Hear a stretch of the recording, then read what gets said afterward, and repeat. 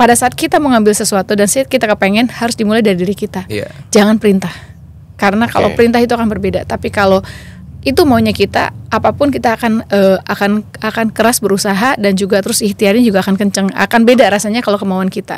Jadi pada saat ditugaskan, saya ingin semuanya juga berasal dari diri saya. Kalaupun saya memang mau maju, harus ada kemauan. Mungkin seminggu 2 minggu yang lalu, saya sempat tergelitik juga ya, apa iya saya seambisi itu orang melihat bahwa saya sampai mau maju pilkada gitu kan, dengan waktu itu ya alhamdulillah PDI Perjuangan konsisten dan komitmen mendukung saya, dan saya juga bersyukur alhamdulillah juga Golkar kasih lagi ke saya. Saya hanya lebih tahunya yang di Agim di IG-nya, bahwa janganlah ambisius karena jabatan, tapi ambisi karena kebermanfaatan.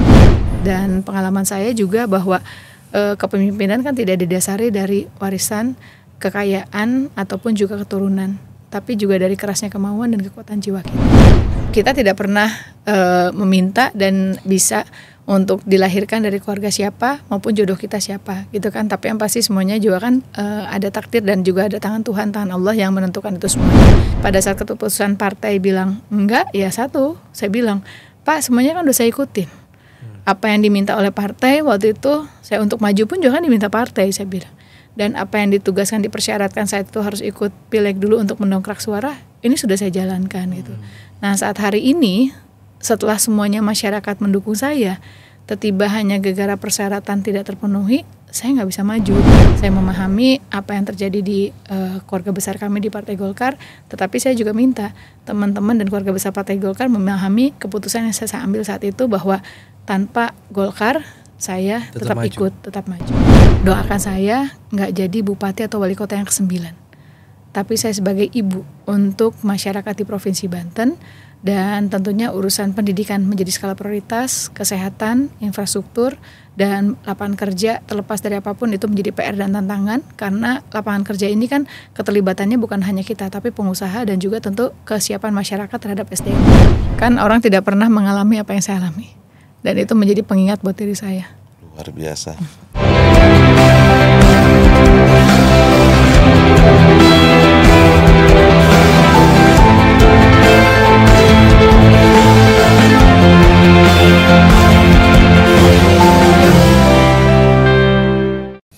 Oke, jumpa lagi bersama kita di Keadilan TV. Kali ini kita tahan tamu yang sangat luar biasa. Ya, wanita cantik. Ini pribadi bang. Oh iya. Cantik, pintar. Temannya Pak Bahlil. Temannya Pak Bahlil. Iya. Erlangga juga lah pak. Dan kita tahu juga beliau ini sosok satu ini suatu kehormatan. Apakah benar juga wanita besi? Kalau bahasa Pak Ade kemarin kita podcast, saya ngikutin Bu Airin tuh, aduh capek banget robot. Silakan Pak Arif. Oke, the one and only calon gubernur Banten, Bu Airin. Ya, apa kabar Mas Arif, Mas semuanya? Terima kasih banyak. Selamat datang di Keadilan TV. Terima kasih banyak buat undangannya juga ya. Terima kasih banyak. Bu, ya. Ya doain aja. Insya Allah tinggal 2 bulan lagi. Tinggal 2 bulan lagi. Doakan lagi. Hanya ratusan desa yang belum. Ya, ini sekarang kurang lebih bahkan di bawah 100 ya, sekitar 90-an atau 80-an. Saya belum cek lagi, cuman kemarin alhamdulillah karena berbagi dengan Pak Haji Ade, jadi alhamdulillah ada beberapa percepatan tentunya. Karena kan badannya sama, saya dengan Pak Haji Ade tentunya juga sama. Dan beberapa hal yang juga tentu kita akan evaluasi ya dari hasil masukannya Pak Haji Ade maupun yang saya dapatkan, nanti akan menjadi satu kesatuan dalam visi misi. Pertanyaan simpel dulu Bang Arif, menjaga semangatnya gimana sih? Capek banget kan pasti Bu. Alhamdulillah Allah Tuhan selalu ngasih saya untuk silaturahmi dari dulu. Sehingga akhirnya pada saat kegiatan seperti ini kan nggak cuma hanya pilkada aja. Jadi waktu saya jadi wali kota Tangsel pun juga sebelum pilkada saya silaturahmi, saat jadi wali kota terus saya lakukan. Selesai kemarin juga, sekarang udah pensiun 3 tahun ya jadi wali kota, masih aja walaupun secara ritmenya kan pasti akan berbeda. Pada saat pilkada pasti kan banyak banget kegiatannya. Pada saat sebagai wali kota tentu sesuai dengan tupoksi kita sebagai wali kota. Nah hari ini lebih ke fleksibel, manakala ada undangan, ada kedukaan, atau misalnya ada kegiatan event PHBI peringatan Hari Besar Islam, atau misalnya hal yang lainnya 17 Agustusan.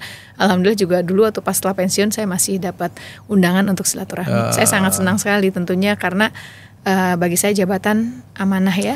Pertanggungjawabannya juga besar, tapi juga jabatan hanya dibatasi waktu 5 tahun. Kalau kepilih lagi 10 tahun, setelah itu selesai. Tapi pertemanan, perkawanan, persahabatan tentunya tanpa batas. Baik. Tapi sebelum lebih serius lagi Bang Arif, ini kalau kita setiap podcast kita biasa narsumnya kita kerjain Bang Arif. Ini kan podcast pertama Bu Ani setelah penetapan nomor ya. Bisa dibilang podcast pertama Bu ya. Betul. Kemarin baru belusukan pertama ke daerah Cirende ya. Iya, kemarin daerah Ciputat Timur. Ciputat Timur ya. Itu ada pantun yang menarik saya dengar. Kita tes dulu pantun. Ada pantun nggak kita buat kita Bu? Standar aja. Jadi pantunnya yang saya hapal aja. Karena tulisan bahasa Indonesia saya nilainya jelek waktu itu. Ini pun juga dibikinin. Yang jalan-jalan ke Ciater, jangan lupa pakai sepatu. Ingat tanggal 27 November.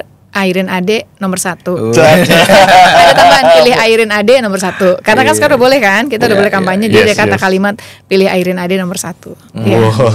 Ada nggak mau kalah kita Bu Airin. Boleh. Kosnya 1 aja ya. Kita tanding ya Bu. Gak ada persiapan nih saya. Kalau gitu saya nyontek gitu kan. Atau saya minta tanya deh, ada yang bisa bikinin nggak? Mas Amrin bisa bikin saya nggak? Gitu kan. Kita tanding ya Bu. Boleh. Iya. Bu Airin datang penuh semangat. Cakep. Di Keadilan TV kita bersilaturahmi. Cakep. Terima kasih atas kehadiran Ibu yang hangat. Cakep. Semoga sukses selalu menyertai diri. Amin. Boleh juga. Boleh. Disiapin. Dapat dari tim soalnya Bu. Oh gitu. Saya juga kalau boleh pegang handphone nggak? Minta tanya deh. Iya.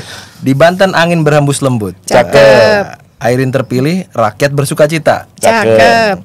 Janji ditepati, harapan terwujud. Cakep. Maju bersama, Banten lebih berjaya. Amin. Keren. Ini soalnya anak aktivis, jadi beda serius banget gitu kan. Jadi setiap frasenya serius banget tadi ya gitu kan. Beda aktivis.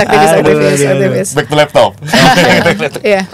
Bu, Ibu kan suara terbanyak kemarin DPR RI. Alhamdulillah. Iya kan? Luar biasa.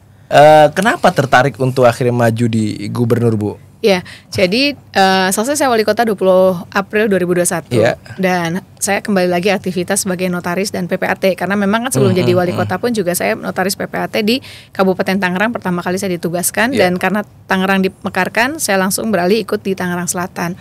Nah, waktu pas saya jadi ketua partai itu kan di ketua DPD Golkar Tangsel itu di tahun 2000 di atas 2015 kalau nggak salah sebelum apa sudah saya lupa, pokoknya saya menjabat dulu sebagai wali kota baru saya pegang partai Golkar di kota Tangerang Selatan dan otomatis selesai jadi wali kota saya full politisi kan. Nah saya kepengin waktu itu cita-cita saya cuman kayaknya udah jadi wali kota kepengen nyoba jadi DPR RI karena memang kan DPR RI juga saya ingin masuk ke dalam sistem, tentunya kita kalau ingin perbaiki sistem kan harus masuk ke dalam sistemnya itu sendiri kan. Masuk ke ring tinjunya Bu ya. Betul kan kita kan secara ketatanegaraan kan eksekutif, legislatif, yudikatif. Nah pilihan saya waktu itu udah cukup deh eksekutif sebagai kepala daerah. Alhamdulillah saya mudah-mudahan ada legacy yang bisa dirasakan oleh masyarakat dan saya ingin masuk ke legislatif karena saya merasa 10 tahun saya jadi wali kota ataupun notaris PPAT banyak regulasi yang menurut saya ini harus diperbaiki. Untuk memperbaiki sistem maka kita harus memperbaiki regulasi, aturan, ketentuan. Maka salah satu fungsinya kan sebagai anggota DPR adalah perbaikan undang-undang. Bahkan saya udah bilang kalau udah niat juga waktu itu kalaupun masuk DPR RI saya ingin masuk ke badan legislasi sesuai dengan latar belakang saya sebagai sarjana hukum tentunya. Di situ sih saya lebih kepada hal bahwa kita kan bisa berkontribusi juga tentunya di dalam sistem ketatanegaraan. Jadi setelah itu pun juga selesai saya diajak juga pada saat Pak Erlangga kepilih jadi ketua umum partai yang kedua kalinya, saya diminta untuk aktif di DPP dan sebagai ketua bidang perempuan Kesatuan Perempuan Partai Golkar. Yang tugas utamanya adalah mencari 30% kuota perempuan. Ya, karena kan secara undang-undang pemilu kan kita harus ada 30% itu. Jadi alhamdulillah saya bersyukur selesai jadi wali kota saya masih silaturahmi keliling. Tapi kelilingnya sekarang bukan lagi 7 kecamatan 54 kelurahan tapi dari Sabang sampai Merauke gitu. Jadi ada hal yang saya menarik dalam rangka pembinaan, mencari potensi-potensi perempuan yang mau ikut nanti di di pileg pun juga dalam rangka bagaimana kita pemberdayaan perempuan di berpolitik di Partai Golkar. Nah pada saat itu saya sampaikan ke Pak Erlangga, ke pengurus yang lainnya, setelah ini saya ingin jadi anggota DPR dan ikut di legislatif. ada beberapa tawaran sebetulnya untuk ikut di kepala daerah, tapi saya selalu menyampaikan bahwa saya maunya jadi anggota DPR gitu kan. Waktu itu di luar Banten ya, waktu itu ada permintaan sempat ramai juga kan yang di Jakarta, kan Jabar dan yang lainnya. Tapi saya bilang saya nggak mau Pak, saya maunya jadi anggota DPR. Nah pada saat ada kebijakan yang dibuat, pada saat itu kan udah mulai tuh Golkar tuh udah 2 tahunan tuh sebetulnya untuk mulai setelah tahun 2020 waktu pas kita kan dapat 60% nih untuk pilkada 2020. Persiapan untuk Pileg dan Pilpres serta Pilkada itu juga sudah dirancang oleh Bapilu, oleh Pak Doli dan kawan-kawan. Dan saat itu juga saya DPD Golkar Banten diskusi dengan DPP menyampaikan bahwa untuk Pilkada Gubernur hasil surveinya waktu itu di Golkar sendiri yang tertinggi saya, walaupun masih kecil waktu itu, masih belum besar, dan saya diminta untuk ikut dalam kontestasi Pilkada. Saya bilang saya tetap kan maunya jadi anggota DPR. Terus dibilang ya nggak apa-apa kan kalau jadi gubernur Banten sesuai dengan keinginan saya DPR-nya pun juga saya maunya Banten 3 karena saya biar ketemu sama warga saya lagi di Tangerang Selatan dan yang lainnya. Terus akhirnya saya istiharoh, saya bersyukur di lingkungan keluarga besar Partai Golkar yang saat itu sangat menghargai saya, dan memberikan kesempatan saya untuk istiharoh dulu untuk memastikan bahwa apakah karena kan beda kalau diperintah sama kemauan sendiri kan pasti akan berbeda. Tapi saya nggak mau. Pengalaman saya perjalanan hidup saya waktu itu kan masih usianya 40 nggak usah diobongin ya. Dengan proses hidup saya kan. Ini saya ini kan Mas Arief dan ini masih muda-muda ya, kayak lebih muda dari saya. Jadi pada saat kita mengambil sesuatu dan kita kepengen, harus dimulai dari diri kita. Jangan perintah. Karena kalau perintah itu akan berbeda. Tapi kalau itu maunya kita, apapun kita akan keras berusaha dan juga terus ikhtiarnya juga akan kenceng, akan beda rasanya kalau kemauan kita. Jadi pada saat ditugaskan, saya ingin semuanya juga berasal dari diri saya. Kalaupun saya memang mau maju, harus ada kemauan. Jadi waktu itu saya sempat istiharoh dulu dan diskusi dengan 2 anak saya. Saya tanya, ini ibu diminta maju pilkada, gimana ya gitu. Tapi yang menarik, jawaban kedua anak saya yang biasanya cuek, apalagi anak saya yang paling besar, yang laki-laki tuh biasanya easy going banget gitu kan. Ya udah Bu, memang kalau ibu mau nggak apa-apa juga sih, kesempatan kan nggak pernah datang 2 kali, dan ini kan ibu kan diminta, ya coba aja, kenapa enggak? Toh ibu juga punya pengalaman sebagai wali kota. Anak saya yang perempuan juga sama, yang selalu saya sampaikan dimanapun, anak saya yang perempuan selalu bilang, that's your passion mom, katanya. Secapek apapun saat ibu jadi wali kota, jadi kepala daerah, ibu jalanin kok sampai selesai kan. Kalau ada lihat ibu pusing juga, ada nggak mau kata gitu kan. Tapi kayaknya setelah ada lihat ibu, dia suka bercandanya saya pengangguran kan, selesai jadi wali kota. Padahal saya jadi utara ibu ada kayaknya ibu nganggur kayak lebih ini deh. Udah deh ibu jadi wali kota aja, jadi kepala daerah aja gitu. Saya nggak tahu apakah antara menyuruh saya, memang karena saya jadi banyak di rumah, bagaimana saya juga nggak tahu tuh. Jadi tapi intinya dia selalu, 2 anak saya selalu support lah. Dan alhamdulillahnya ternyata dilalah tuh pada saat itu posisi saat istiharoh, putri saya yang kecil itu kan mau masuk perguruan tinggi. Dan SBMPTN nggak keterima jalur undangan. Terus nyobain SBMPTN, itu juga SNPTN kan undangan, SBMPTN juga ternyata nggak keterima. Padahal saya tahu persis kerja kerasnya. Dia pengen masuk ITB kan waktu itu. Nah ternyata alhamdulillahnya pas mandiri dia keterima. Jadi 2 kali nangis, kita ikut nangis juga kan. Nah pas yang ketiga nangisnya nangis bahagia gitu. Ya udah saya meluk, ya Allah engkau sudah mengurusi urusanku sebagai seorang ibu, anakku diterima. Insya Allah Bismillah saya mau ngurusi lagi masyarakat. Di situ pada saat itu ya udah Bismillah. Jadi mau diri saya, karena apa? Semuanya Allah udah kasih. Di tahun 2022 itu adalah tahun kebahagiaan buat saya. Segala hal apa yang menjadi mimpi saya, Allah kabulkan semuanya. Mulai dari anak, keluarga dan yang lainnya. Dan akhirnya ya udah, masa sih saat Allah Tuhan udah ngurusi urusan saya nggak mau keluar dari zona nyaman saya gitu. Karena waktu itu memang benar-benar saya nyaman banget. Dulu kan waktu jadi wali kota kan bentar-bentar Bu banjir gitu kan. Terus Bu ini apa segala macam kita kerja. Kemarin kan kita benar-benar sebagai ibu rumah tangga, mengerjakan notaris, aktivitas yang lainnya. Akhirnya saya mau, ya udah nggak apa-apa, Bismillah, dalam arti bahwa semua sudah diurusi Allah, maka saat ini saya dikasih kesempatan untuk mengurusi masyarakat, kenapa nggak saya coba Bismillah. Tapi menariknya anak Ibu Airin nggak keterima. Keterima? Ya artinya maksudnya pertama dan 2 kali nggak keterima. Nggak keterima. Padahal ibu kan bisa aja misalnya kontak rektornya atau siapa gitu. Nggak mungkin lah, ITB loh gitu kan, nggak mungkin. Dan saya nggak mau juga. Buat apa? Kita inti seperti itu kan pendidikan anak kita. Tapi tadi ada yang saya garis bawahi, kalau kita mau bertindak, kita awali dengan dari hati Bu ya. Jangan perintah. Sebagaimana yakin ibu ini memaknai bahwa ibu maju di pilkada dengan proses anak akhirnya lulus di ITB, itu benar adalah proses dari atas, dari Sang Pencipta. Iya. Selama ini kan saya istiharoh. Nanti ada cerita lagi tuh ya, kejadian kemarin drama itu juga sama gitu kan. Iya. Jadi apa namanya ya, saya meyakini ya itu jahit menjahit kehidupan ini, Bu. Betul. Gitu, jadi dari saat ya kan saya keterimanya cuma di Unpar. Bukan berarti Unpar jelek ya. Maaf enggak, saya Unpar juga bagus gitu. Tapi Unpar kan swasta gitu kan. Kalau ini kan perguruan tinggi negeri. Dia ranking tinggi di sekolahannya, jalur undangan harusnya bisa, tapi nggak keterima gitu kan. Terus udah gitu SBMPTN suatu persis bagaimana dia kerja keras belajarnya seperti apa gitu. Tapi ya saya meyakini kalau kerja keras tanpa ridho Allah kan nggak mungkin juga keterima. Jadi pada saat di Mandiri ya mungkin kan ini udah ada berkah ridho Allah dan Allah mengizinkan putri saya sekolah di sana gitu. Makanya itu yang membuat saya bahwa oh ya semuanya diurus sama Allah. Dan saya merasakan kebahagiaan. Ya udah, saya Bismillah untuk ikut coba di kontestasi. Karena mungkin orang berpikir maju pilkada tuh mudah, enggak. Sebetulnya enggak mudah. Dan kan bisa menang, bisa enggak. Ya nggak sih? Saya awali dengan wanita besi itu, Bu. Itu mau kita kulik dari seorang Airin.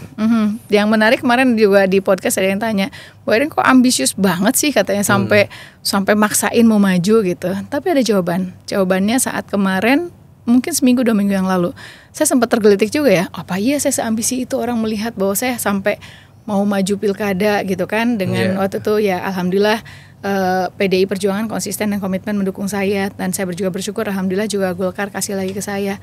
Saya hanya lebih tahunya yang di Agim di IG-nya bahwa janganlah ambisius karena jabatan, tapi ambisi karena kebermanfaatan. Karena memang dari awal juga saya niatnya waktu pada saat kejadian anak saya keterima itu saya cuma bilang ya Allah mudah-mudahan ini jalan terbaik, mudah-mudahan ini jalan bagi saya untuk bisa memberikan kebermanfaatan, kemaslahatan, selamat dunia akhirat. Karena itu kata kalimat 4 itu adalah kalimat pesan almarhum kakek saya. Waktu saya mau maju pilkada, waktu saya mau maju apapun, kakek saya almarhum selalu menyampaikan kalau pakai bahasa Sundana hirup mah kudu mangpaat, maslahat, selamat dunia akhirat. Itu aja kalimatnya selalu. Pada saat mau izin dulu mau nikah, saat izin dulu waktu saya antara keterima di Unpar Fakultas Hukum, di satu sisi saya keterima di Fakultas Kedokteran gitu kan. Waktu itu saya memilih kan tahun 94 itu keterima di kedokteran, keterima di Fakultas Hukum. Tapi dua-duanya swasta. Bapak saya cuma pegawai negeri. Kata bapak saya gak mungkin. Abah kan bilangnya Abah, mungkin Abah nyekolahin sekolah swasta, Abah mah nggak sanggup katanya. Tapi almarhum kakek saya, ya udah, kayak dijual sawah tah, beli jual sawah buat saya sekolah swasta, kedokteran kalau memang kepengen banget. Cuman titip pesan, dia selalu bilangnya, kudu manfaat, maslahat, selamat dunia akhirat dan satu, jangan kayak lagi kecil, pengen beli sepeda mini, ngaharing tuh, hayu aja minta gitu kan, udah dibeliin, nggak diapa-apain gitu. Coba dipikirin lagi, ya manfaat kan berarti. Akhirnya waktu itu saya berpikir sama dalam setiap langkah yang saya ambil soal istiharoh, udah ambil fakultas hukum aja, situ. Karena saya nggak mau jadi beban buat orang tua saya. Iya. Bu, kembali ke ini Bu, ke Banten lagi Bu. 1.500 lebih desa dan Ibu ya 90-an akhirnya tersisa lah, Ibu dan Pak Ade gitu. Meskipun Pak Ade mengklaim bahwa itu lebih banyak Bu Airin tuh, kalau saya mah agak capek, ya kan. Meskipun kadang Pak Ade menyampaikan bahwa saya sering ditegur sama Bu Airin, dalam arti bukan tegur, berdiskusi dan Pak, kita harus tahu bagaimana keadaan rakyat kita, harus tahu bagaimana apa yang mereka butuhkan. Nah, dari 1.500 ini apa yang Ibu dapat? Yang pasti 5 tahun itu bukan waktu yang singkat 5 tahun. Anggaran terbatas. Kalau kita mau menang kan kita bisa banyak bikin janji aja. Bikin banyak janji biar masyarakat yang penting milih kita kan. Tapi kalau saya nggak mau, dari awal saya jadi wali kota dan hari ini pun apalagi setelah pengalaman saya 10 tahun, maka saya harus turun ke lapangan memastikan skala prioritas apa yang dibutuhkan oleh masyarakat, penganggarannya seperti apa, kekuatan APBD Bantennya seperti apa, mungkinkah saya menjalankan dan melaksanakan itu semuanya. Jadi makanya dari belanja massal yang saya temukan dari 1.400 lebih desa dan kelurahan, berbeda-beda antara 4 kabupaten dan 4 kota yang ada di Provinsi Banten. Contoh misalnya Lebak dan Pandeglang. Saya berkeliling kemana-mana, itu kebutuhannya adalah infrastruktur jalan poros desa.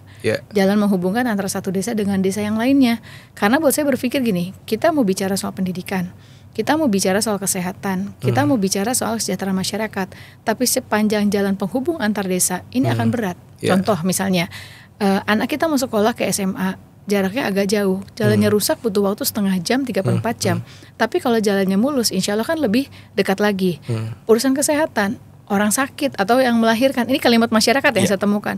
Bu, saya mau ke rumah sakit aja, sakit perut belum apa-apa udah nyeri buteng, cina udah keburu sakit di perutnya gitu kan. Jadi makanya itu pengalaman saya kan. Jadi memperpendek jarak dengan jalur poros jalan desanya baik pasti akan memudahkan dalam rangka pelayanan kesehatan dan juga tentu kesejahteraan. Contoh misalnya orang di sana biasanya bertani kan, dia jual gabah, dia jual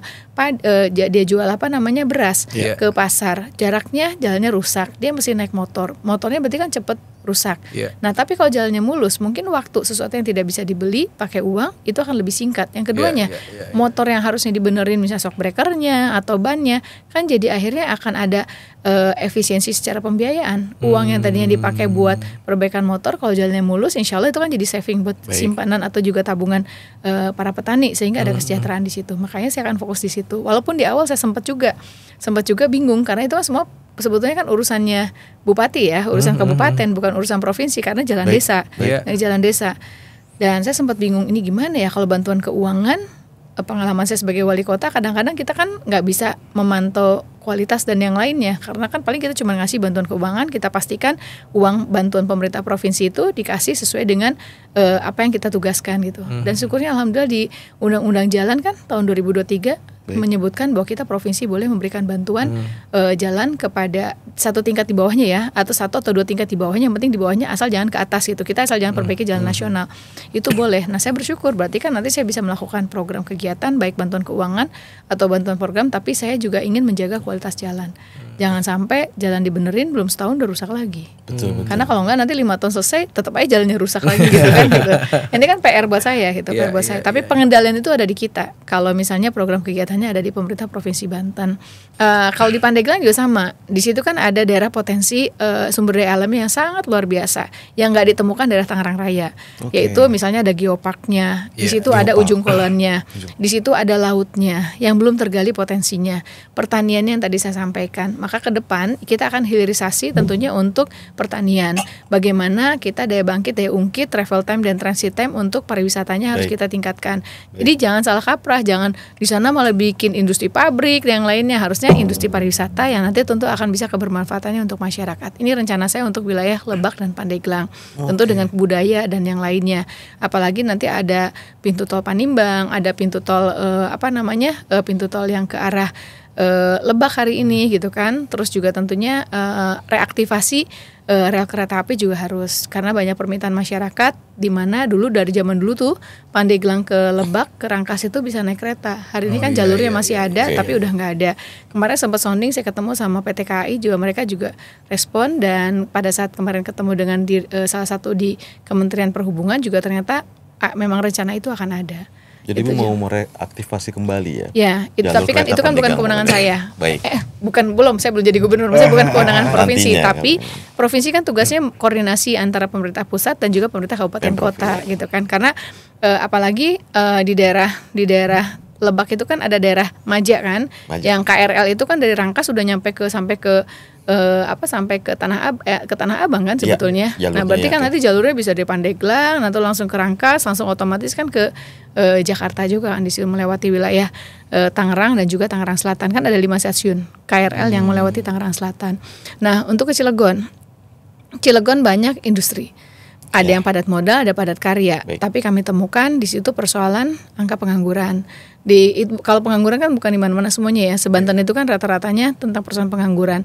Nah, maka di sana kita akan lihat SMK kejuruannya seperti apa yang dibutuhkan masyarakatnya. Dan juga yang pertama akan saya lakukan saat saya jadi gubernur nanti adalah reformasi birokrasi ketenaga kerjaan di Dinas Tenaga Kerja. Karena kita pemerintah Provinsi Banten punya kewenangan melakukan pengawasan. Berarti kita akan minta perusahaan-perusahaan itu terbuka dan transparan, sehingga hari ini banyak percoloan untuk orang masuk kerja ke pabrik itu kan kita bisa pangkas dengan keterbukaan. Tapi di satu sisi kita pemerintah juga harus menyiapkan masyarakat. Jangan sampai nanti pada saat lapangan kerja dibuka, penerimaan kerja dibuka, SDM-nya belum siap. Makanya kita harus bisa memastikan penjembatan bahwa ada juga pelatihan skill dan kemampuan, tentu dengan sekolah vokasi, balai latihan kerja yang ada hari ini, dan juga tentunya training center yang dilakukan oleh di beberapa perusahaan. Itu juga akan kita lakukan. Tugas kita kan pemerintah sebetulnya mengkomunikasikan dan mengkoordinasikan. Jadi prinsipnya bagi saya membangun sebuah wilayah tidak mungkin oleh kita sendiri, tetapi harus ada triple helix bahkan pentahelix yang 10 tahun selama saya dilakukan di Tangerang Selatan. Ke arah Kabupaten Serang itu beda lagi ceritanya. Lumbung padi di situ ada, berarti satu kesatuan dengan wilayah Pandeglang dan beberapa Lebak. Ada beberapa wilayah di Lebak gitu kan. Di Serang itu kan juga ada bisa jadi hilirisasi lumbung padi, tapi di situ juga ada lautnya, dan juga bagaimana ada tentang wisata religi dengan Kota Serang. Nah, Kota Serang ini saya kepengen Kota Serang ini merubah wajah sebagai ibu kota provinsi. Jadi saya ingin bahwa Kota Serang harus menjadi kebanggaan masyarakat. Titik nol Kota Serang, saya bermimpi mudah-mudahan bisa di Masjid Al-Bantani.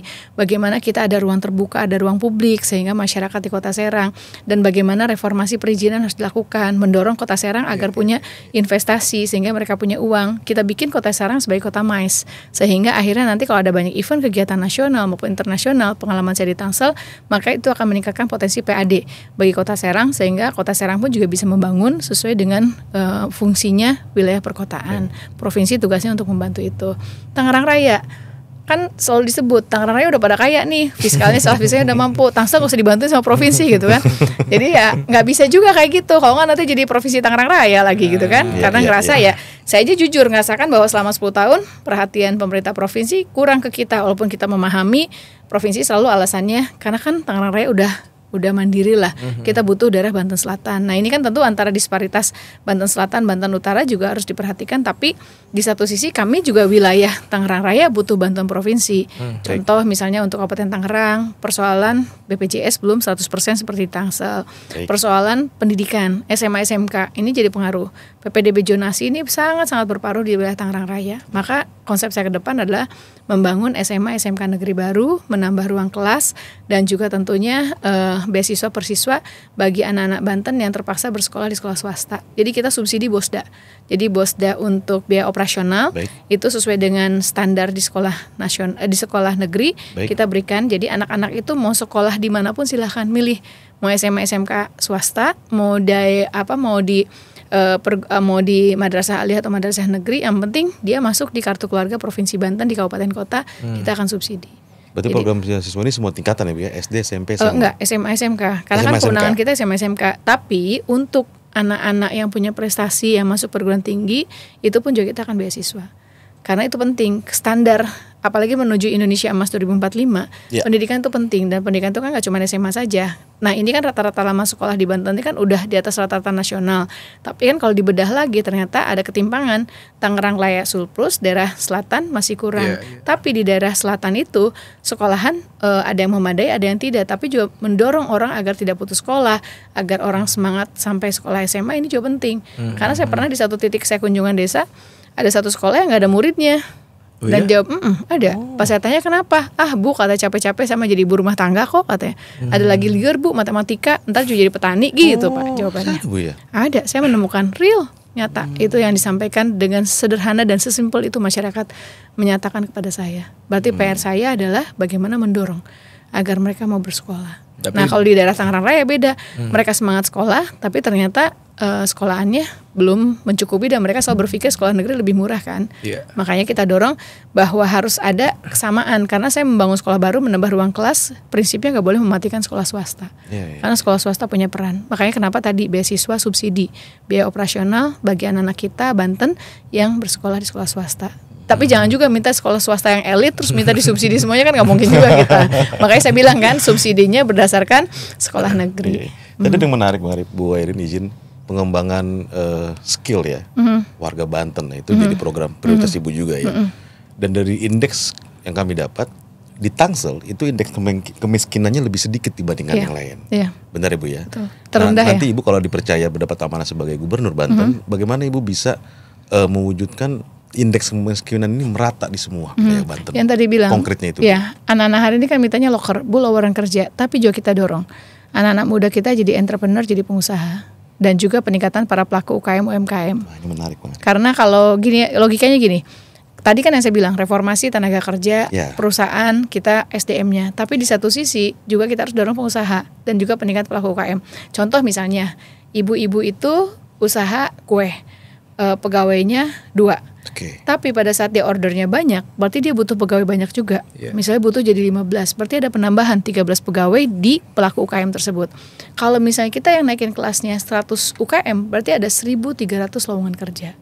Anak-anak muda pengusaha juga penting kita dorong menjadi entrepreneur. Bahkan tadi ada Mas Zagi ya, organisasinya menyampaikan kepada saya bahwa anak Gen Z itu 30% ingin jadi pengusaha, 20% ingin jadi pegawai negeri katanya. Nah ini kan kita mesti dorong juga gitu. Jadi jangan semuanya jadi pegawai, tapi bagaimana menjadi pengusaha-pengusaha yang tentunya akan bisa membuka lapangan kerja. Tapi memang kan persoalan permodalan, persoalan tentang produk dari sebuah yang mereka hasilkan di pelaku UKM ini juga harus ada stimulan dari pemerintah. Ini yang PR saya tentunya, terutama masalah permodalan. Stimulan apa aja yang Bu? Saya temukan di lapangan. Bahkan Tangsel juga ternyata ada, padahal daerah perkotaan. Adanya persoalan Bank Emok dan Bank Keling. Udah tahu kan Bank Emok? Bank Keling. Bank Emok tuh jadi emok, ntar dapat pinjaman. Tapi minggu depan udah ditagih dengan bunga yang tinggi. Bank Keling bangke kan, bank keliling kayak rentenir gitu loh, bangke, bank keliling gitu, mau minjemin 1 juta, 2 juta, 5 juta, tapi kan bunganya besar. Ini ya padahal secara setahu saya kan bahwa program pemerintah pusat, apalagi kan eranya kemarin Pak Jokowi, Pak Erlangga sebagai Menko Perekonomian, setahu saya kan sedikit saya mendengarkan apa yang disampaikan beliau saat saya menemani beliau kunjungan, ada kredit usaha rakyat, ada undang-undang ada pelatihan prakerja dan yang lainnya yang sepertinya belum pas saya cek ke masyarakat kenapa lebih senang ke Bank Emok, Bank Keling karena nggak ada persyaratan yang rigid gitu loh. Bu katanya gitu ya. Kadang-kadang juga tinggal dan mereka datang kan nggak ya udah yang penting kenal tahu rumahnya kan ya udah gitu kan. Bikin pernyataan instan. Kalau misalnya di sana kan kadang-kadang harus ada agunan, kadang-kadang harus ada IUP, ada yang lainnya. Maka literasi perbankan itu juga penting. Ini beberapa salah satunya kita dorong agar ada kesejahteraan buat masyarakat yang tadi disampaikan. Tapi yang pasti kalau misalnya anak-anak terlantar, terus misalnya itu kan kita juga ada jaminan walaupun di pusat ada PKH, ada bantuan, kita juga ingin menghidupkan kembali jam sosratu yang pernah ada untuk mengcover bagi masyarakat yang betul-betul tidak mampu. Karena saya menemukan para janda yang sudah sepuh gitu kan, mereka nggak bisa kerja kan. Misalnya usia 80, usia 70 itu kan sesuatu harus ditanggung oleh negara. Nah itu ada beberapa program yang tentunya dalam rangka kita pun juga ingin hadir dan ada untuk masyarakat.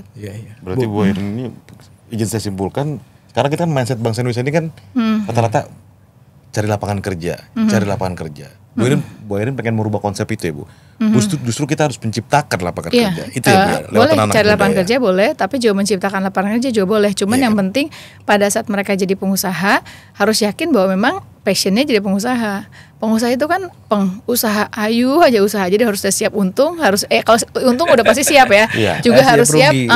Jadi tapi pada saat rugi nggak boleh berhenti, ya harus berjuang lagi gitu. Karena saya kan mau jadi pengusaha, nggak mau jadi kayak saya. Saya kan kalau notaris kan enak kan, misalnya kalau notaris tuh ya udah kita punya klien, kita ilmu kita bikin akte dapat. Kalau pengusaha kan kalau sekalinya untung banyak, tapi kalau sekalinya rugi juga banyak gitu. Nah ini juga jiwa entrepreneurnya juga harus kita dorong. Jangan mau instan gitu kan. Banyak orang yang nggak tahu bahwa wilayah yang menjadikan ibu kota di Banten adalah Serang, Bu. Iya. Banyak orang yang nggak tahu itu, Bu. Iya, betul. Mungkin taunya Tangerang Selatan karena misalnya ada BSD, ada yang lain-lain gitu ya. Bagaimana Ibu merubah itu, Bu? Ya, makanya tadi yang saya bilang merubah wajah Serang. Karena orang Tangsel pada saat saya mau maju ke Serang waktu maju pilkada Banten, mereka cuma bilang, Bu, kalau bisa nanti lebih bagus sama bagusnya dengan jadi Tangsel ya Bu ya. Iya, saya bilang berarti kita dorong swasta harus masuk, investasi harus masuk, nggak bisa cuma mengandalkan dana APBD. Saya udah coba bedah APBD di 4 kabupaten kota ini. Karena bagi saya, karena membangun kalau APBD Banten pasti udah saya periksa kan, bukan saya periksa maksudnya kita pelajari lah. Contoh APBD 12 triliun, PAD-nya 8 triliun, dari 8 triliun lebih ini ternyata dana bagi hasil buat kabupaten kotanya 4 triliun, berarti PAD kami cuma 4 triliun, berarti kecil kan. Berarti PR saya adalah bagaimana untuk bisa mendorong kita juga punya potensi pendapatan PAD di luar yang ternyata sumber PAD yang paling besar ini kan di pajak kendaraan bermotor. Nanti kan bagaimana pajak permukaan air tanah, terus carbon storage juga itu ternyata kan ada kan, karena kita di wilayah selatan kan banyak potensi yang bisa kita lakukan. Laut birunya, green yang itunya bisa kita dapatkan di situ tuh. Nah, tapi di satu sisi juga kita akan dorong bahwa kabupaten kota ini ya kalau bilang nggak punya uang sama. Saya jadi wali kota Tangsel dulu juga uangnya nggak ada. Jadi jangan lihat Tangsel hari ini gitu loh. Iya, 10 kan suka tahun bilang, ya kan, atau 12 tahun yang lalu. Iya, kan suka pada bilang enak jadi wali kota Tangsel mah nggak ngapa-ngapain juga jadi gitu. Sedih banget saya. Backgroundnya mesti kita asli orang Tangsel nggak Mas Arif? Saya Pamulang, Bu. Pamulang kan, tau persis kan? Zaman dulu 2010 kayak gimana sih? 70% jalan rusak, bener nggak? Ciater jalannya masih sempit. Saya ngantor di kantor kecamatan Pamulang. Terus sekolahan juga waktu itu sekolah SD Impres semua kan. Sekarang kita naikin gitu kan. Terus udah gitu kita puskesmas cuma 5. Sekarang dulu kurang lebih 5. Sekarang udah 35 puskesmas, rumah sakit. Jadi saya kalau ada yang bilang Bu Airin jadi wali kota ngapain, sedih juga. Karena ada proses itu. Tapi nggak apa-apa kan kalau ibadah mah nggak ketuker ya gitu. Tapi di satu sisi ya saya juga dorong investasi. Pengalaman saya pengusaha itu kan yang pasti hukum, pasti pembiayaan, pasti prosedur. Itu saya jaga betul. Pertama yang saya lakukan reformasi dinas perizinan. Waktu itu jadi bagaimana caranya mempermudah orang berinvestasi. Saya dorong nih, kita punya BSD, kita punya Bintaro, kita punya Alam Sutra. Serah terima aset jalan saya nggak mau dulu.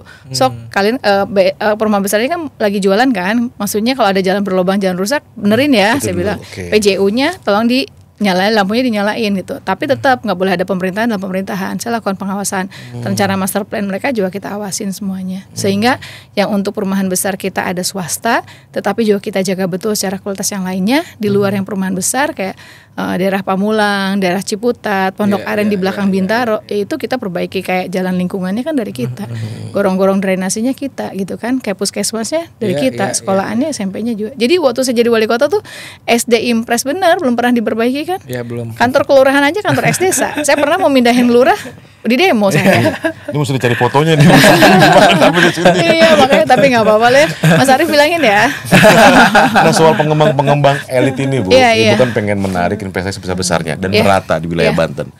Ini saya ada yang teringat soal peraturan 20% atau 30% RTH Bu. Iya harus. Ruang terbuka hijau atau fasum lainnya. Buat ya masyarakat. Bagaimana komitmen Ibu nanti kalau terpilih ini benar-benar terjaga Bu, pengembang ini nggak dalam kutip nakal gitu. Oh harus pengawasan, nggak bisa. Jadi pada saat misalnya izin kita keluarkan, misalnya ada spek gorong-gorongnya harus besar apa, itu harus diikutin. Jadi jangan sampai kan suka ada kalau keluar izin itu kan ada rekomendasi teknik dari dinas terkait. Nah selalu saya ingatkan ke dinas terkait jangan sampai pada saat misalnya untuk andalalin lalu lintas kan, misalnya kebangun apartemen itu kan andalalinnya harus ada hitungan. Pada saat mereka lakukan pembangunan ya harus dipastikan ruang terbuka hijau ya harus, itu juga nggak boleh enggak. Karena kalau kurang dari itu kan nggak boleh secara aturan. Makanya kenapa saya termasuk pada saat 2011 jadi wali kota, awal pertama rencana tata ruang wilayah nggak lama kemudian harus disahkan. Di situ udah rame. Jadi mohon maaf ya, yang sebelumnya minta agar bandara Pondok Cabe Bu. Bandara Pondok Cabe itu agar menjadi hilang dan itu akan digunakan sebagai area komersial untuk untuk bisa bangun apartemen dan yang lainnya. Saya jaga betul, saya nggak mau. Kenapa? Buat saya nanti resapan hijaunya kurang. Kan kalau bandara kan lebih luas, lebih banyak itunya. Contoh itu yang saya lakukan. Terus yang kedua, pada saat itu saya menjaga betul. Itu untuk di rencana tata ruang 2011, 70% adalah perumahan pemukiman. Saya nggak mau ada industri yang yang hadir ke Tangsel itu industrinya yang polusi dan yang lainnya. Karena buat saya targetnya adalah perumahan pemukiman. Saya punya keyakinan kalau saya tetap jaga di situ, maka insya Allah nanti akan penaikan potensi PAD baik dari PBB, BPHTB dan yang lainnya. Alhamdulillah kan 2011 di 2011 saya 125 miliar PAD-nya, APBD-nya 1,2 triliun. Saya tinggalkan di 2021 APBD-nya 4 triliun, PAD-nya 2 triliun. Lonjakannya luar biasa. Nah, berarti komitmen ini kan maaf ya Bu, nah kali ini kan kadang-kadang pemerintah itu Bu yang udah kayak tangkap dari pengaduan masyarakat itu luluh, tanda kutip ya Bu, luluh. Nah bagaimana komitmen Ibu, punishment ini nggak bisa, kalau nggak sesuai sama yang kita minta, ini akan ada punishment gitu loh. Komunikasi, yang pasti kita nggak boleh ada fraud, kita nggak boleh ada hal yang lainnya. Kalau kita kan ingin ada investasi masuk. Contoh misalnya ada ketentuan kesesuaian pada saat dia punya lahan kecil, dia mau bangun apartemen misalnya. Ini kan satu sisi ada KDB, KLB dan yang lainnya. Maka kita ikuti aturan, solusinya seperti apa, tidak memberatkan pengusaha, tapi juga secara aturan itu bisa ada keuntungan untuk kita dalam rangka potensi pendapatan dan juga keuntungan untuk masyarakat. Nah itu harus yang dijaga, Kalau saya paling senang kan kalau ada aduan warga, karena itu akan menjadi bagian dari mata telinga saya untuk bisa kita melakukan penegakan terhadap aturan. Bu, kalau misalkan ya karena saya tinggal di Tangsel Bu ya, dan kalau kita ngeliat mobil itu banyaknya kan plat B Bu, ya kan artinya orang-orang Jakarta yang memang tinggal di Tangsel, mungkin pajaknya akan masuk ke Jakarta Bu. Kendaraannya mungkin, tapi nggak apa-apa. Kayak Mas Arief kerja di sini, dapat gaji dari sini, terus pulang ke rumah di Pamulang, tapi kan beli makanan di Pamulang. Terus, jadi potensi pajak restorannya ke kita masuk. Jadi nggak masalah. Jadi silakan warga Tangsel yang mau kerja Jakarta nggak apa-apa, tapi spend money-nya ke Tangerang Selatan aja. Jadi harus terima gaji. Harus terima gaji, belanja di sana. Maksud saya gitu, biar masuk ke. Makanya salah satu yang PAD kita naik di situ. Iya. Nah ini Bu, banyak juga orang yang menganggap bahwa ya setidaknya survei Agustus 2022-23 kan, yang menganggap bahwa Banten itu provinsi yang tanda kutip enggak bahagia Bu. Ya, padahal di sana bandara ada, ya kan, pelabuhan ada, PLTU bahkan di sana ada 2, ya kan. Tapi juga masih banyak perkampungan yang mungkin enggak dapat listrik. Bagaimana Ibu menghadapi para pengembang atau misalkan apapun itu Bu? Ya, yang pasti saya sempat tanya juga, Bu, Banten termasuk yang nggak bahagia. Padahal kalau saya keliling, Ibu Ustazah kalau di pengajian kan suka bilang bahagia mah ada di hati dan pikiran kita, kata gitu kan. Tapi apapun itu ya udah nggak apa-apa, kita kan nggak boleh berkomentar lagi kan saya gitu. Apalagi sekarang saya mau nyalon gubernur, kita dalam arti maksudnya, padahal kita kan disampaikan seperti itu ya kalau setiap saya ketemu di dalam, mungkin kita di agama kita ya gitu kan. Tapi mungkin ada indikator kan dari BPS ketidakbahagiaan itu seperti apa. Tapi yang pasti tentu bagi kita kepala daerah itu kita nggak ada kepentingan apapun, tapi kepentingan itu adalah kepentingan masyarakat. Kita harus punya wibawa, maka kita bisa mampu melakukan penegakan. Jadi kalaupun misalnya ada benang kusut yang terjadi di perusahaan atau di pengusaha atau di investasi, kita coba lihat benang kusutnya ini seperti apa. Tapi kita harus dilihat juga atas kepentingan dalam rangka untuk kesejahteraan masyarakat. Tapi jangan sampai investasi masuk misalnya, tapi saat ada kebermanfaatannya masyarakat Tangsel atau masyarakat Provinsi Banten atau Kabupaten Tangerang dan yang lainnya hanya jadi penonton aja, itu juga nggak boleh. Itu nggak boleh. Nah, tugas pemerintah hadir di situ, sesuai dengan tugas pokok fungsinya. Ada banyak beberapa tugas di kabupaten dan di kota. Nah, mungkin nanti kita akan mudah-mudahan makanya doain saya lebih sabar ya. Karena kalau jadi gubernur tuh kayaknya lebih banyak sabarnya gitu kan. Kalau kita wali kota kan ketemunya sama masyarakat gitu kan. Tapi kalau gubernur itu kan ada koordinasi kan antara kabupaten kota, bupati, wali kota yang notabene dipilih langsung juga sama masyarakat yang mereka punya janji-janji juga kan tentunya gitu. Nah, makanya oleh karena itu ya bagaimana kita terbuka dan transparan, dan juga tentunya bagaimana kita mendorong investasi ada. Kalau buat para investor itu kan sebenarnya kan kepastian hukum, kepastian biaya, dan juga kepastian regulasi gitu. Jadi jangan sampai juga sembarangan kita rubah-rubah regulasi juga kan gitu. Nah, kalaupun regulasinya sudah ada dan itu ternyata merugikan, maka kita harus cari solusinya seperti apa. Apakah merubah regulasinya atau misalnya ada beberapa klausul yang bisa kita lakukan, tapi yang paling penting itu semuanya adalah untuk kepentingan masyarakat. Harus kepentingan masyarakat. Jadi jangan utama, Bu, ya? jangan berpihak ke sebelah sini, jangan berpihak ke sebelah sini, tetapi harus saling semuanya. Karena kan bagi saya membangun sebuah wilayah itu kan harus ada kolaborasi. Harus ada kerjasama antara seluruh pemangku kepentingan, baik kita pemerintahannya maupun juga dengan masyarakat, baik masyarakatnya secara pribadi, individu maupun juga secara komunitas, dengan partisipasi aktif masyarakatnya. Dunia usaha ini juga penting loh untuk membangun sebuah wilayah, dan juga tentunya juga untuk perguruan tinggi, karena sebagai lembaga yang pasti akan menyeimbangkan kita semuanya, memberikan masukan kepada kita. Dan hari ini tambahannya adalah media. Itu juga ternyata masuk bagian dari ya yang kayak hari ini saya bicara, nanti sudah jadi gubernur juga kan harus menyampaikan apa yang sudah sedang dan kita lakukan, sehingga masyarakat tahu bahwa ini ada apa sih, ada rencana apa, dan jika memang ada keluhan dan yang lain bisa disampaikan. Media bisa menyuarakan semuanya kan tentunya. Iya. Bu, ada pertanyaan dari netizen, Bu. Nah, kemarin kita bikin ini. Nah, nih. Saya bikin pertanyaan, besok ada rencana podcast sama Bu Airin, saya bilang kan. Peluang dan tantangan beliau menjadi pemimpin perempuan. Yang pasti saya selalu ingin saya bisa menjalankan semua amanah yang melekat di diri saya. Baik sebagai seorang, misalnya insya Allah dulu sebagai wali kota, nanti ke depan sebagai gubernur.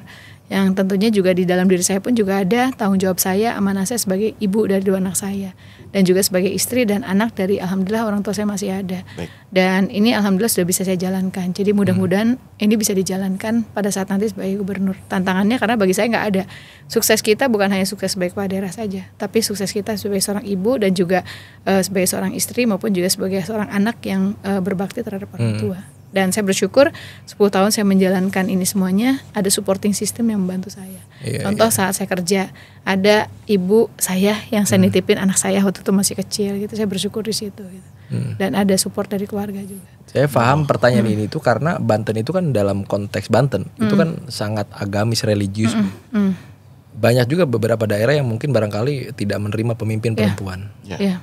Bagaimana tanggapan itu? Ada hal yang menarik yang saat acara Kartini.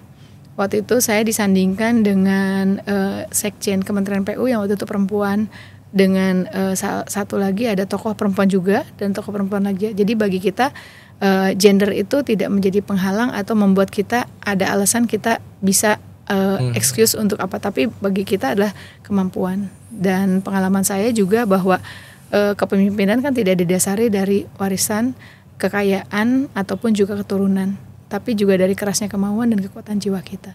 Itu yang saya rasakan, bagaimana kita juga harus bisa memahami apa keinginan masyarakat, sehingga pada saat kita memahami pro kontra itu pasti ada di dalam hidup, bukan hanya jadi pemimpin, jadi sehari-hari kita juga ada, jadi mahasiswa juga ada.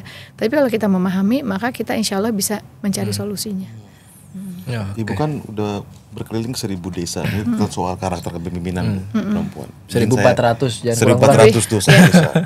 Pernah terjadi penolakan di sebuah tempat? Alhamdulillah sampai hari ini enggak. Oh ya? Alhamdulillah enggak ada. Alhamdulillah saya bersyukur.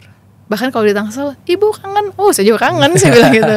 Malah kayak kemarin ya ada titik kunjungan saya karena dianggap udah Tangsel mah kuat nih, Bu Erin surveinya juga udah tinggi banget, ayo cari ke tempat yang boleh. Saya bilang jangan, tetap aja Tangsel harus disapa. Dan bagi saya kunjungan ke Tangsel dengan masyarakat masih menerima saya yang hari ini saya bukan siapa-siapa, itu juga jadi penguat. Ya makanya kenapa saya kuat di situ. Saya bisa keliling di 1400 desa lebih karena saya merasakan betul yang mudah-mudahan ya Allah nanti pun saya selesai jadi gubernur, saya bisa di Tangsel walaupun saya bukan siapa-siapa, tapi saya bisa diterima. Berarti saya bener kan waktu itu kerjanya. Coba kalau nggak bener kayak teman-teman, oke kan ada juga tuh yang disuka, Bu Erin datang lagi nih, ada apa nih mau pilkada baru datang gitu. Saya bersyukur alhamdulillah enggak. Alhamdulillah. Dan sampai hari ini. Ya, Bu, ya? Alhamdulillah, terutama ibu-ibunya. Itu prestasi loh. Apa ya, ada kebanggaan tersendiri ya. Kalau dulu waktu jadi wali kota mah kan semua orang nyamperin. Ya kan, mungkin dengan jabatan kita lah wajar aja gitu. Tapi pada saat kita bukan siapa-siapa, pada saat kita silaturahmi masih diterima, capek kita hilang. Capek kita hilang. Betul. Saya bilang itu prestasi, berkah itu. Iya. Oke, ada pertanyaan kedua, Bu. Tanyain tentang dinasti dan korupsi, Bang. Hehehe. Iya. Gimana, Bu, Banten? Iya. Yang tadi saya bilang, ya kita tidak pernah meminta dan bisa untuk dilahirkan dari keluarga siapa maupun jodoh kita siapa gitu kan. Tapi yang pasti semuanya juga kan ada takdir dan juga ada tangan Tuhan, tangan Allah yang menentukan itu semuanya.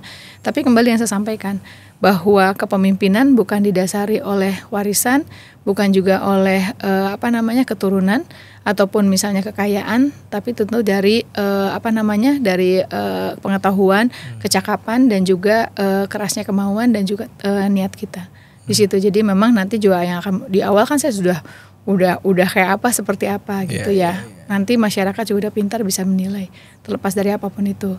Dan persoalan korupsi, saya merasakan betul bahwa ini adalah ujian saat itu di tahun 2013 dan saya bersyukur alhamdulillah ada hikmahnya. Saya banyak belajar dari itu, kita melakukan reformasi birokrasi, bagaimana saat itu di Tangerang Selatan kita terbuka dan transparan, akuntabel. Kita dorong inspektorat tentunya sebagai mata dan telinga saya sebagai pemimpin waktu itu, tetapi laporkan secara berwarna. Bagaimana saya waktu itu juga minta dampingan dari KPK, BPK dan BPKP sehingga tidak ada lagi kesalahan dan juga tentunya dari niat semua untuk memperbaiki sebuah sistem. Iya. Luar biasa. Si pengungsi. Karena ya kita tahu lah ya cerita ibu ya. Betul. Dan saya dari sisi apa ya istilahnya, wanita besinya ini loh, Bu. Itu perempuan yang ya waktu itu saya kepengen berhenti juga kok. Saya waktu pas 2011 pasti maksud saya mau maju pilkada Tangsel tuh kemauan saya loh. bukan siapapun, tapi kemauan saya, karena saat itu saya ditawari, yang selalu bilang bahwa kesempatan tidak pernah datang 2 kali, walaupun ada teman saya yang bilang ya momentum itu datangnya sekali. Tapi pada saat itu ya udah kesempatan, saya ikut, dan saya rasanya juga waktu itu hanya ingin kita mandiri dan kita bisa memberikan kebermanfaatan, karena pada saat itu almarhum kakek saya masih ada. Saya minta izin sama kakek saya, boleh nggak? Ya terserah, keputusan sendiri. Kalau udah diputuskan jalani, tetapi yang paling penting manfaat, maslahat selamat dunia akhirat. Nah pada saat ada kejadian itu, buat saya pertanyaan, saya niatnya juga ke sini kok gitu, tapi kenapa jalannya ke sini gitu kan? Sempat saya mau berhenti, tapi di satu sisi bahwa tanggung jawab saya kan masih melekat sebagai seorang wali kota dengan beban yang waktu itu saya pernah janjikan saat saya kampanye di tahun 2010-2011. Nah jadi akhirnya saya jalankan dan saya merasakan betul. Dan doakan semoga kami bisa menjadi manusia yang lebih baik lagi dengan ujian yang Allah kasih, karena semua orang juga pasti punya ujiannya masing-masing.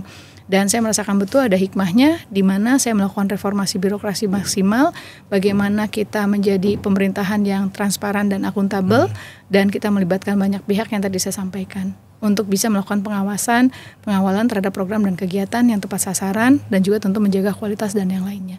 Alhamdulillah selesai saat itu. Bahkan untuk periode kedua pun juga saya sempat tadinya udah gak mau, tapi diskusi lagi banyak tokoh yang meminta saya maju. Dan akhirnya saya bicara lagi dan diskusi dengan hati diri saya istikharah lagi, saya jalankan, dan ternyata bahkan di periode kedua suara saya jauh lebih besar daripada periode pertama. Ada lagi? Ada lagi? Nah, tolong tanyain kiat-kiat tabah dan awet mudanya. Ya kalau tabah mah kita mah pengen gak ada ujian lagi sih ya. Sebetulnya ya, walaupun wah Bu Airin hebat, kalau orang hebat, orang kuat pasti dikasih ujian terus sama Allah untuk jadi manusia lebih baik dan lebih tinggi lagi derajatnya. Ya kalau bisa udah segini-gini aja dah gitu kan. Tapi apapun itu ya semua pasti ada rencana Allah. Saya meyakini itu kan. Harusnya kan untuk pilkada gubernur ini kan harusnya mulus banget harusnya mulus banget. Tiba-tiba kok jadi kesini, saya juga kaget sendiri loh kok jadi kesini gitu kan. Tapi setelah itu saya rasakan betul bahwa hikmahnya saya harus lebih istiqomah lagi dengan tujuan saya. Waktu itu saya memutuskan karena putri saya, karena saya ingin memberikan kebermanfaat, karena ingin ngurus. Berarti sebetulnya betul kan di jalan, mohon maaf ya, di Al-Qur'an jelaskan Ali Imran ayat 126 itu bahwa kekuasaan kerajaan di muka bumi itu milik Allah. Allah sudah menentukan siapapun yang menjadi pemimpin di muka bumi ini kan. Jadi ya mau kita gampang, kalau Allah nggak ngizinin kan nggak jadi. Tapi kalau kita mau dihalangin apapun, kalau Allah udah jalanin jadi juga gitu kan. Makanya jadi yang pasti serahkan semuanya, yakini bahwa semua apapun di dalam hidup ini pasti ada izin Allah, nggak mungkin nggak ada jalan dari Tuhan. Jadi makanya yakini bahwa dalam setiap peristiwa pasti ada hikmahnya, dan saya merasakan betul di dalam setiap peristiwa apapun dalam hidup saya banyak hikmahnya. Termasuk peristiwa drama kemarin. Iya benar, saya ngerasain betul bahwa saya harus tambah istiqomah lagi, tambah kencang lagi saya sekarang kunjungan gitu kan, itu ibaratnya untuk meyakinkan masyarakat. Dan apapun saya selalu minta yang terbaik, bukan berarti saya kepengen banget, enggak, cuma lebih kebermanfaatan kalau itu yang terbaik menurut Allah.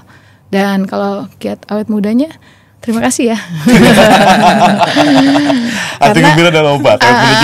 Ini kali ya, nggak tahu. Saya nggak tahu orang dia. Wudu kali ya Bu ya. Nggak juga, orang anak saya bilang ibu tua gitu. Nah ini salah deh pertanyaannya. Bener, anak saya pada bilang ibu aja yang pede kata gitu. Orang ibu udah tua kok gitu bilangnya. Makanya saya bingung aja pertanyaannya nggak salah ini gitu kan. Ini pertanyaan tambahan Mbak Arif soal ketabahan Bu. Tadi kan Ibu bercerita ingin berapa kali justru nggak lanjut ya. Yang saya tangkap ya. Ya maksudnya gimana? Di Tangsel di mana? Di Tangsel di mana pengen nggak lanjut gitu soal amanah ini gitu. Betul. Iya. Jadi pertanyaan saya simpel, mungkin saya juga mewakili warga Banten ya. Seberapa sayang sebenarnya seorang Ibu Airin pada warga Banten? Kalau saya merasakan betul waktu sebelum dulu itu saya kan fokusnya di Tangsel ya. Fokusnya di Tangsel, dan salah satu yang akhirnya saya mau maju di Tangsel itu, di Banten itu adalah bahwa persoalan soal sampah sampai hari ini kan di Tangsel belum bisa selesai. Dan itu nggak mungkin bisa diselesaikan oleh seorang wali kota yang hari ini juga Pak Ben. Karena harus, bahkan dulu udah ada perpresnya, tapi nggak bisa jalan juga gitu. Makanya memang harus ada bantuan dari provinsi, bantuan dari pusat. Makanya kenapa akhirnya ya udah, kalau saya ngurus Banten berarti saya bisa ngurus Tangsel. Dan contoh misalnya di Jalan Raya Jombang, macetnya kayak apa kan? Sejak 2011 saya minta ada flyover sampai underpass ke Provinsi Banten, nggak dikasih-kasih. Bundaran Pamulang ingat nggak? Viralnya kayak apa? Tapi kan saya diem aja. Tapi kan yang kalau hari ini kalau di roastingnya saya ya sebagai wali kota. Padahal kan itu kewenangan provinsi. Padahal saya kurang apanya minta tolong. Berasa jadi wali kota dibenerin ya. Gitu kan? Berarti gitu kan. Curhat dikit lagi saya gitu kan. Tapi apapun itu ya mudah-mudahan saya bisa memberikan bermanfaat dengan sebagai gubernur untuk bisa menyelesaikan persoalan di Tangsel. Nah setelah itu saya keliling dan jujur dulu saya nggak pernah ke Serang aja, saya jarang banget ke Serang juga, paling cuma ada acara pemerintahan baru saya datang atau acara keluarga kan, tapi selalu sehari-hari saya di Tangsel. Hari ini 2 tahun saya berinteraksi, makanya kenapa pada saat kemarin Partai Golkar nggak ngusung saya di awal ya sebelum itu, tapi Partai PDI Perjuangan alhamdulillah konsisten dan komitmen untuk mendukung saya merasakan betul banyak ya, survei 70% itu kan coba karena dibantu juga oleh masyarakat, dan banyak harapan dan catatan-catatan saya yang saya temukan di lapangan. Yang saya temukan di lapangan yang nanti itu akan saya selesaikan, baik urusan tentang pendidikan, kesehatan, infrastruktur, lapangan kerja, mengurangi angka pengangguran, peningkatan para pelaku UMKM, pemberdayaan masyarakat maupun yang lainnya. Seberapa sayangnya ya insya Allah apapun itu ya mudah-mudahan masyarakat Banten bisa melihat ketulusan saya tentunya, dan doakan saya tetap menjadi Airin Rahmidani hari ini, yang tentunya juga merasakan bagaimana saya banyak dibantu bisa sampai posisi hari ini pun juga, maksudnya dengan segala dinamikanya saya alhamdulillah yang tadi Mas sampaikan gak pernah ada penolakan, dan bahkan hari ini juga banyak yang rasa sayang itu saya rasakan ya, mudah-mudahan saya nggak GR ya gitu, saya nggak GR. Rasa sayang dukungannya luar biasa, doa dari para tokoh alim ulama, doa dari masyarakat itu saya rasakan betul. Maka yang tentunya saya berkomitmen bismillah, mudah-mudahan di jalan dengan segala kekurangannya Allah kasih kesempatan saya untuk bisa menang di pilkada, saya dilantik sehingga saya punya kewenangan untuk membuat kebijakan, sehingga apa yang saya temukan di lapangan saya susun dalam program visi misi yang sudah saya lakukan sehingga bisa saya jalankan selama 5 tahun. Oke. Nah, pertanyaan satu lagi. Ada lagi Bang. Ada lagi. Siap. Anak saya dua-duanya jomblo kok. Gak boleh disampaikan ya. Tips untuk bisa jadi mantunya Ibu Airin gimana tuh? Ketua umum maksudnya. Iya sih, emang dua-duanya belum punya pacar juga ya. Iya deh ya. Gitu. Ada podcast ini baru nih. Tips. Kalau ingin jadi mantunya Ibu Airin. Yang pasti saya serahin sama anak-anak. Tapi juga tentu dengan hal yang sudah saya sampaikan bahwa ini mau jadi pacar, jadi mantu ya, iya mantu yang nikah ya. Tujuan utama Bu. Mantu ya, bukan pacaran ya, bukan pacaran. Yang pasti kan pengalaman saya berumah tangga itu kan bukan hanya 2 orang saja, tapi juga 2 keluarga. Dan jadi itu pun jadi satu-satu karena surga kita perempuan itu kan di suami, tapi surganya suami itu di ibu. Kan itu yang ajaran yang kita dapat ya, kita dapat. Jadi tentunya juga harus saling, dan saya serahin sih karena yang penting mereka bahagia aja. Pengalaman bapak saya dan jodoh itu kan juga tentunya juga sudah digariskan takdir lah gitu kan ibaratnya. Jadi saya hanya mensupport yang penting mereka bahagia, karena yang akan menjalankan mereka berdua. Jadi kalau misalnya suka Bu cariin jodoh, nggak mau saya bilang gitu. Kayak anak saya yang laki kan selalu bilang maaf ya Kang gitu kan, udah carinya sama ibu aja, nggak mau ntar kalau pas giliran salah saya yang disalahin saya bilang gitu. Jadi saya mau cari sendiri aja. Tapi yang pasti yang beberapa prinsip tentunya itu udah saya sampaikan. Ya baik sebagai seorang suami, tentunya juga akan jadi seorang ayah. Baik nanti akan jadi sebagai seorang istri, tentunya sebagai seorang ibu, dan yang pasti tentu harus saling. Itu aja sih kalau buat saya mah. Nggak ada kriteria apapun, yang penting mah saling dan anak yang menentukan. Maaf ya Dek, ya Kang ya. Ntar marah lagi sama ibu lagi. Ibu nih gitu, nggak tahu deh. Maaf. Ini langsung di capture nih sama ibu ngomong begini. Ibu kok ngomong gitu pasti. Udah nyampe udah deh. Udah punya pacar lu. Belum. Oke. Bu, ini Bu, tadi kita udah belum tahu saya gitu. Soal Golkar Bu. Iya. Jadi mungkin barangkali kita diciptakan sebagai manusia yang merdeka dan bebas Bu ya. Tentang peralihan Golkar dari ibu akhirnya ke calon lain, akhirnya ke ibu lagi gitu. Bagaimana ibu akhirnya kalau boleh akhirnya mengkritisi partai Golkar itu Bu? Kalau saya dulu kan dimulai dari saya sebagai ketua DPD Golkar Tangsel kan ya, walaupun dulu pernah aktif sedikit tapi nggak banyak juga sih dulu sih di awal-awal. Tapi yang lebih kepada saya full gitu mengurusi partai itu saat saya dipercaya untuk jadi ketua DPD Golkar Tangerang Selatan. Dari yang 6 kursi menjadi 9 kursi, dari 9 kursi menjadi 10 kursi alhamdulillah, dan hari ini pun juga di 2024 jadi 11 kursi. Dan juga ke provinsinya kita dapat 2 kursi, dan bersyukur alhamdulillah pada saat pileg kemarin juga di dapil kita kan Banten 3 kita yang dari 1 kursi dapat dua kursi. Itu kan indikator dari kita kerja politik kan, karena kan pemenangan di pileg tentunya. Dan kedua juga pada saat program kegiatan Partai Golkar hadir dan ada saat saya jadi kepala daerah kan tentu juga sebagai kader kan untuk membuat aturan, untuk membuat kebijakan, membuat pembiayaan dan yang lainnya, program-program yang bersentuhan dengan masyarakat itu juga kan bagian dari, karena kan kepala daerah itu kan juga karena kita politisi tentu juga itu bisa memberikan kebermanfaatan.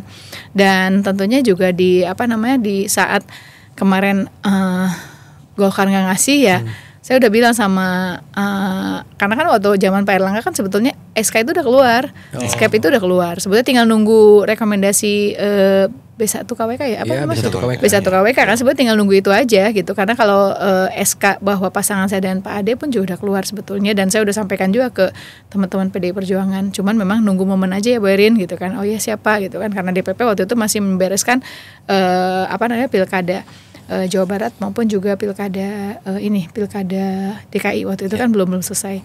Nah ternyata tiba-tiba pada saat ada peralihan ketua umum, ada Munas yang dipercepat, sempat tuh teman-teman siap-siap nih Bu Erin, siap-siap apanya, saya bilang gitu kan, ya biasalah ada yang baik, ada yang bagaimana, dan saya banyak belajar di situ bahwa politik memang sesuatu hal yang memang seperti itu gitu. Tetapi kan kembali lagi bahwa kita masuk ke politik pun juga padahal kita ingin masuk ke dalam sebuah sistem kan gitu, dan ada yang suka dan tidak suka, itu kan hal yang biasa dalam hidup. Nggak, jadi politisi juga sama kan, manusia itu ada tiga, ada yang suka sama kita, ada yang nggak suka sama kita, ada yang tengah-tengah. Yang suka sama kita mau kita salah aja pasti dibenerin, yang nggak suka sama kita mau kita bener aja pasti salah terus gitu kan. Jadi di situ aja, di situ prinsipnya. Nah pada saat keputusan partai bilang enggak, ya satu saya bilang, Pak semuanya kan udah saya ikutin, apa yang diminta oleh partai waktu itu saya untuk maju pun juga kan diminta partai, saya bilang. Dan apa yang ditugaskan, dipersyaratkan saya itu harus ikut pileg dulu untuk mendongkrak suara, ini sudah saya jalankan gitu. Nah saat hari ini setelah semuanya masyarakat mendukung saya, tiba-tiba hanya gara-gara persyaratan tidak terpenuhi, saya nggak bisa maju gitu. Tapi di satu sisi ini kan dengan MK Golkar bisa sendiri gitu. Kalau memang nggak boleh awal ini gimana gitu saya bilang. Dan alhamdulillahnya ternyata PDI tetap komitmen Pak, konsisten. Insya Allah besok pun juga hari Minggu akan deklarasi. Tapi disampaikan untuk kepentingan partai yang lebih besar dan yang lainnya gitu. Dan saya memahami apa yang terjadi di keluarga besar kami di Partai Golkar. Tetapi saya juga minta teman-teman dan keluarga besar Partai Golkar memahami keputusan yang saya ambil saat itu, bahwa tanpa Golkar saya tetap maju. Jadi ya saling memahami lah pada saat itu. Tapi saya bersyukur alhamdulillah ternyata malah Golkar ngasih lagi, saya bersyukur banget itu, karena teman-teman yang 2 tahun ini sama-sama dengan saya gitu kan, kalau rekomendasi partai nggak ngasih kan mereka nggak bisa pakai baju Golkar kan.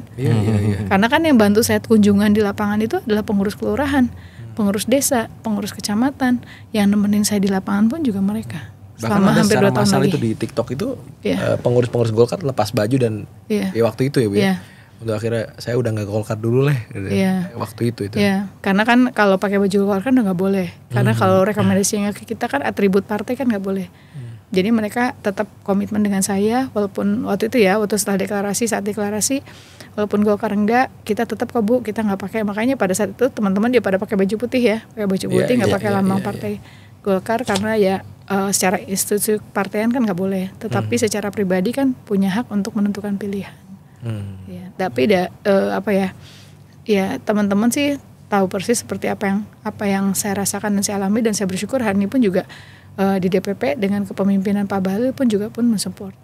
Dan nggak ada dalam tanda kutip uang yang harus dikasih dan sebagainya ke Golkar Bu. Saya bersaksi 2020 saya baru masuk ke pengurusannya DPP Partai Golkar. Saat itu kan ada pilkada serentak 200 kabupaten kota dan provinsi kurang lebih 2020. Saya termasuk bagian dari panitia bapilunya, tapi kita karena dari perempuan kan biasanya organisasi saya KPPG dan AMPG dilibatkan. Dan saya melihat betul tidak ada mahar atau apapun, tidak ada. Pun juga demikian pada saat kemarin tidak ada. Jadi di Golkar itu nggak ada uang untuk untuk bayar misalnya per kursi berapa, itu enggak. Sepengetahuan saya dan setahu saya itu pun juga konsisten dan komitmen yang dilakukan oleh Partai Golkar hari ini. Luar biasa. Ini udah menjelang terakhir Bu izin. Seperti kita ketahui, jabatan politis di Indonesia ini kan menggiurkan Bu. dengan segala tantangan komitmen dan godaan-godanya tanda kutip. Dan kami meyakini di podcast kita ini Keadilan TV ini seperti kayak tabungan janji, Bu, rekaman kita ini. Dari seorang Ibu Airin. Izinkan kami untuk merekam apa yang bisa disampaikan, manfaat jika nanti amanah itu dikasih ke pasangan Airin Ade. Apa yang bisa Ibu sampaikan?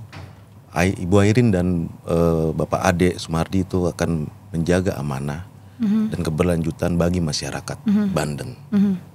Karena jika Ibu terpilih nanti dan ada program-program Ibu yang tidak terlaksana, mungkin rekaman ini akan menjadi tabungan janji yang akan diungkit kembali. Ya, yang pasti visi Banten maju bersama. Karena gak boleh lagi ada daerah yang tertinggal, gak boleh lagi ada daerah yang maju yang maju sendirian, tapi harus kebersamaan. Tugas provinsi, tugas gubernur itu adalah koordinator untuk bisa berkomunikasi, berkoordinasi apa yang menjadi kelebihan, menjadi potensi dan kekurangan dan kebutuhan di 4 kabupaten kota. Karena masyarakat itu kan ada di 4 kabupaten dan di 4 kota. Doakan saya nggak jadi bupati atau wali kota yang ke-9. Tapi saya sebagai ibu untuk masyarakat di Provinsi Banten, dan tentunya urusan pendidikan menjadi skala prioritas, kesehatan, infrastruktur, dan lapangan kerja terlepas dari apapun itu menjadi PR dan tantangan, karena lapangan kerja ini kan keterlibatannya bukan hanya kita tapi pengusaha dan juga tentu kesiapan masyarakat terhadap SDM-nya. Dan juga tentu banyak hal yang saya temukan di lapangan yang saya susun di dalam satu visi, di dalam 4 misi, di dalam 12 program dan kurang lebih 72 kegiatan yang nanti pun juga kita akan sounding kembali pada saat nanti menang dilantik, itu kan harus ada penyusunan RPJMD. Nah disitulah waktunya bagi masyarakat juga nanti untuk bisa memberikan masukan. Untuk memberikan masukan sehingga dalam waktu staging 5 tahun itu bisa dilaksanakan dan terasa. Ya, yang pasti doakan saya tetap amanah dan tetap istiqomah dengan tujuan saya. Dari awal saat saya memutuskan untuk maju pilkada gubernur, pertama sebagai bentuk rasa syukur nikmat sama Allah dengan segala ujian yang Allah pernah kasih, 2022 adalah masa kebahagiaan bagi saya. Dengan ujian-ujiannya dan doakan saya bisa menjadi manusia yang lebih baik lagi, tentunya juga bisa memberikan kebermanfaatan, kemaslahatan, dan yang paling penting doakan kami selamat dunia akhirat. Karena tidak mudah menjadi seorang pemimpin, apalagi seorang kepala daerah. Sayang saya KTP-nya bukan warga Banten. Pribadi ya. Ini teman pribadi ya. Doakan ya. Untuk semuanya kembali kepada masyarakat Banten. Iya, doakan Bu Airin, apalagi dengan misalnya hasil survei dan juga nanti kenyataannya sama, itu kan menjadi sebuah legitimasi atau masyarakat terhadap kita kan percaya, berarti kita mesti kerja benar sebenarnya. Apalagi dengan pengalaman kemarin itu, ya doain saya istiqomah dengan tujuan. Amin. Oke, terima kasih Bu Airin. Sama-sama. Waktu dan kesempatannya. Sama-sama. Semoga bisa menang ya. Amin. Dan dilantik ya. Karena kalau dilantik itu kan kita punya kewenangan buat kebijakan. Dia jangan menang aja, tapi dilantik. Dan izin Ibu satu, menjaga amanah itu ya, Bu. Itu yang paling penting. Masyarakat itu, Bu. Betul. Kan orang tidak pernah mengalami apa yang saya alami. Dan itu menjadi pengingat buat diri saya. Luar biasa. Oke. Teman-teman Keadilan TV, ini luar biasa eksklusif bersama Bu Airin. Nantikan video ini tayang dan nantikan video-video selanjutnya. Jangan lupa like, komen, dan subscribe. Salam Persatuan Indonesia. Merdeka. Kita ikut merdeka juga.